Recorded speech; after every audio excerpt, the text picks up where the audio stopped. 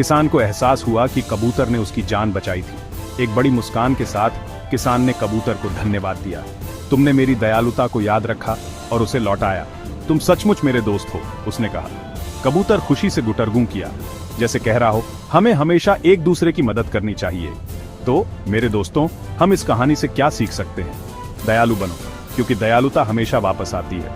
एक छोटा सा काम भी किसी के जीवन में बड़ा बदलाव ला सकता है। अगर आपको यह कहानी पसंद आई तो इसे अपने परिवार और दोस्तों के साथ शेयर करना न भूलें। और याद रखें, जब भी आप कर सकें, दूसरों की मदद करें। आपको कभी नहीं पता चलेगा कि वह दयालुता कब आपके पास वापस आएगी। अब सुनिए एक और दिल छू लेने वाली कहानी, एक बूढ़ी माँ और उसके नालायक बेटे की दर्द भरी दास्तान।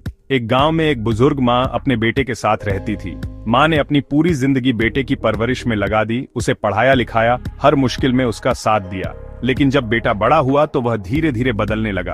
अब वह अपनी माँ की बात नहीं सुनता था, अक्सर गुस्सा करता और माँ को बोझ समझने लगा। माँ दिन रात बेटे के लिए खाना बनाती, उसकी पसंद का ध्यान रखती, लेकिन बेटा कभी भी माँ के प्यार की कद्र नहीं करता था। एक दिन माँ बीमार पड़ गई, लेकिन बेटा उसकी देखभाल करने के बजाय दोस्तों के साथ घूमने चला गया। माँ अकेली अपने आंसू बहाती रही, लेकिन फिर भी उसने बेटे के लिए दुआ मांगी। समय बीतता गया, माँ की तबीयत और बिगड़ती गई। जब बेटे को एहसास हुआ कि उसकी माँ अब उसके साथ नहीं है, तब उसे अपनी गलती का पछतावा हुआ, लेकिन तब तक बहुत देर हो चुकी थी।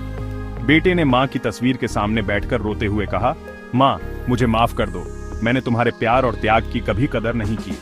इस कहानी से हमें यह सीख मिलती है कि माता पिता का प्यार अनमोल होता है। हमें कभी भी उनके त्याग और ममता को नजरअंदाज नहीं करना चाहिए। जब तक हमारे माता पिता हमारे साथ हैं, हमें उनका सम्मान और देखभाल करनी चाहिए। अगर आपको यह कहानी छू गई हो तो इसे आगे शेयर करें और अपने माता पिता से अपने प्यार का इजहार करें।